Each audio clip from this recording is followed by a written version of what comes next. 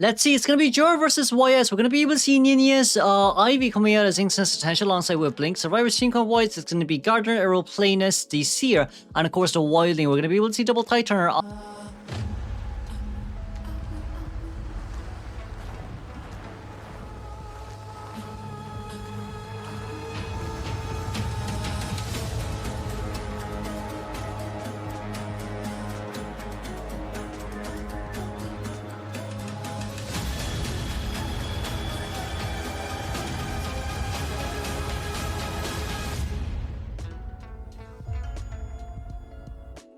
Moonlight River Park is going to be one of the strongest maps though for Ivy here to play. We are going to be able to see Lion rotating straight towards the other side.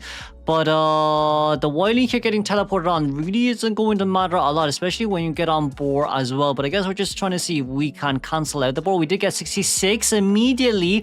Wildling, we canceled the board right for Mudo there as well, and that's a 20-second down against the Wildling, by the way. That's pretty fast here. Nina did a really good job there. What we probably want to do was just to... Honestly, what we probably wanted to do there was most likely just to force Wildling on board and then leave and teleport away. But it seems like it's a little bit of a different story right now. We definitely need to get the rescue here on towards Wildling just so we can get on board here once again. With the Aeroplane here currently being nearby, you are going to be able to get that. Trying to find Arrow being nearby right now, meaning that you can't really leech on towards the Arrow. So the only one you can actually leech on is the Wildling. But you know, even if the Wildling... Okay, never mind, we're going to tunnel the Wildling. I was about to say, even if the Wildling manages to get on Mudo, you can still use Yetian here to catch up towards the Wildling. That's going to be a Blink follow up immediately here for our Ivy. And of course, knowing where Wildling is right now, we do see Aeroplanist. Aeroplanist did use his jetpack as well to get out of the area. It's barely 1.5 Cypher Machine done right now from the Survivor's side, and Wildling second chair. Our Titaner was used from Aeroplanist's hands as well during that rescue. We've only double flywheel alongside with one with speed boost here from Seer. Survivors kind of also knew that the Ivy was planning on running... Nina was planning on running Ivy, but right now with the Survivor here currently being nearby, Seer being able to get that support, Wildling getting on towards the board right there just means that we need to change targets here immediately. We most likely will be looking for Seer before teleporting back straight towards the Wildlings here. That's a double hit situation with a double scream. Wildling being on the other side of the map right now. 30 seconds until our corruption of transference is ready. Right now we are just waiting here too, but like when the corruption of transference is ready, right, Wildling's boar will be ready too, so like it doesn't really matter on that sense as well. For Wildling right now, he just needs to run it as much as he can. Survivors are going to have a hard time to get it before I have rescue here. It's going to be a Seer without borrowed time. It is going to be Wildling here. We are going to be able to spot Wildling out here as well. And of course, Aeroplanist has not decoded for such a long time. It seems like we are going to be able to get a second leash there. We have around 14%. We're going to be able to get an immediate register on towards the hit there too. Do we want to double down situation? We won't be. We're trying to look for the Seer here. That's going to be the immediate 100% stack. And no flywheel usage, no IVL usage here. So Seer second time on chair. And we know where Aeroplanist is. We know that Gardner is currently healing the Wildling too, which means that whoever gets healed right now.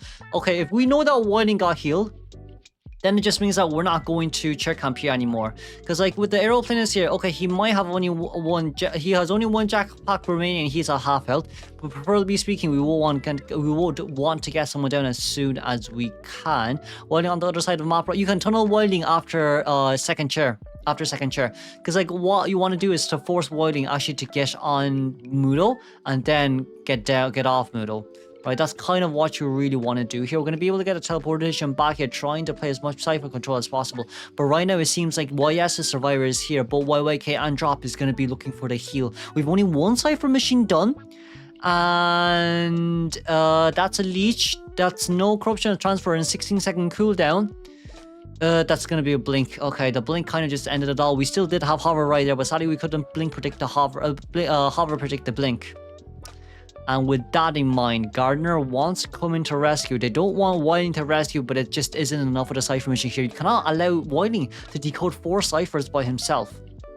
So right now, what really matters the most is how we're going to play this one out. Drop here, trying to come in for the rescue. That's going to be normal hit the register. We can definitely teleport back here immediately for a double stack. But it seems like Gardner is going to be playing a really safe here as well with the with a bubble here, and with no bubble remaining, we are looking for Gardner here once again. We're using Yi-Tian here to try get a scream. We did get a scream there beautifully, and that's gonna be the Gardner down. Okay then, Aeroplane is decoding the third cipher machine right now. One coming for the rescue, but Winding's eliminated on chair here as well, so that might not be the best option for him.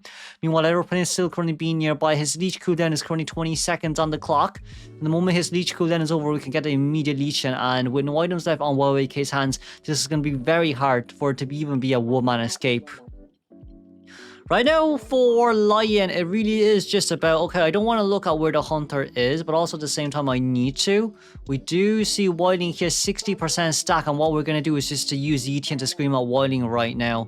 We're still waiting on the clock right now. We did manage to get it, and that's going to be Wilding eliminated here immediately. Guaranteed tie game here for Nina, and Aeroplanist is currently on the run here too. Aeroplanist is not a lot of items here remaining. We're going to be able to get the teleportation out in an immediate scream, and that's going to be Aero down alongside with Wilding. Wilding is eliminated on chair. We're going to be able to teleport back here immediately as well. What we're most likely going to do is to put the shadow there. At the moment that Aeroplanist uses up self here, we're going to be able to teleport back immediately as well. Now then, we're going to be able to get a beautiful pickup there, and with a pickup and a drop down, more or less 6 minutes in towards the game, you've only got around 3 cipher machines done. It's not enough against an Ivy. It really is just the early game on the Wildling's point of view though, because like Wildling should have been able to contain there, but it seems like we did get a scream on time to cancel the boar Moodle ride, and you know, everything kind of just went downhill from there. YK is still currently on the crawl. Gardner being able to get a perfume there as well. We're going to be able to get a leash on there too, thankfully, but with all in mind, drop looking for an item. We're going to be able to try find a needle here at least so we can use the perfume properly, but that wouldn't be possible here anymore, as we're going to be able to get the leash there immediately, and that's going to be 100% stack on towards Gardner. Gardner going down. The aeroplane is using up his self-heal here as well too. Seems like Yi-Tian is back as well to main. No, but Yi-Tian is not back to main body just yet. We do need to force it to come back though. But it seems like we would just want to leave it there, because it's only a matter of time before Arrow goes down. And when Arrow goes down, you can just leech and teleport back immediately. We won't be doing that just yet. We're 7 seconds left until corruption and transfer, so I would just teleport here. Never mind. We're going to look around. We leached, we get the teleportation over, and that's going to be no flywheel here currently being consumed by it. I feel like we should have used flywheel here from Drop's point of view, but let's congratulate the win game here for Ivy, moving on straight to our second half. We're going to be able to see YS versus GR here for week 2, day 2, match 1, game 1, second half. This might be a tiny bit hard, honestly, because even with Debo here with Warp as trump card detention opera singer.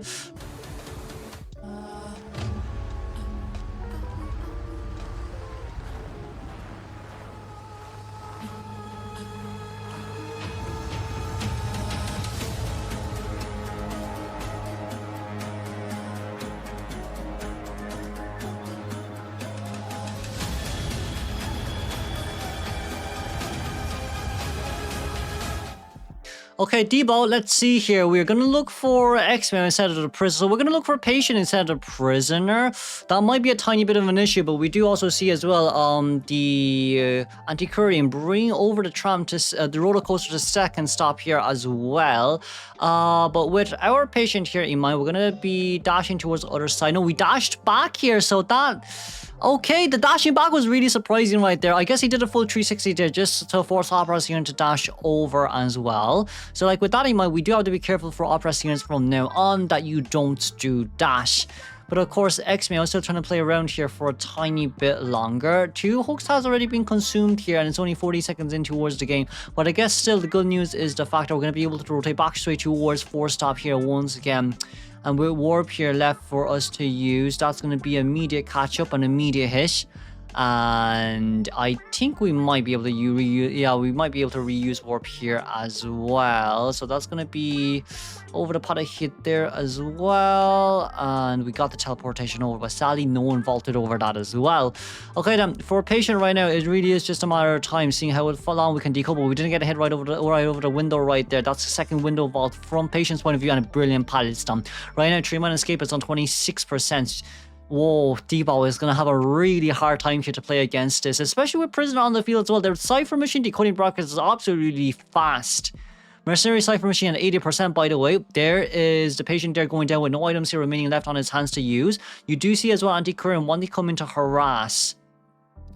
I think it could be possible. Oh wait, Anti-Current might actually be able to make it, but no, we're deciding to hide here instead. And with that in mind, only 5%, the 70% Cypher Machine would be decoded by the Prisoner. That's going to be one disarm there immediately registered. But AK is a tiny bit early here. Another 4-second disarm just to try to buy a little bit more time. But we're going to rescue first instead. And of course, the flywheel remaining here currently being consumed by the Anti-Current. That's no damage rescue, alright. But now we know Anti-Current doesn't have self-heal endgame. But we're also not chasing after Anti-Current endgame. Right now, what the survivors are looking for really is just the fact that, okay, we want to actually get that down immediately. We want to actually get a Titan out fast. And then when Anti-Current finishes off, there's just newly fresh Cypher Machine. Even Mercenary can't do nothing much about it. Now then, 42% Cypher Machine, 29% Cypher Machine. Right now, Prisoner's Link is 5 seconds on cooldown. And once the Link is over, we could push a lot of the Cypher Machine here. Well, Mercy can tank 2 hits if he wants to.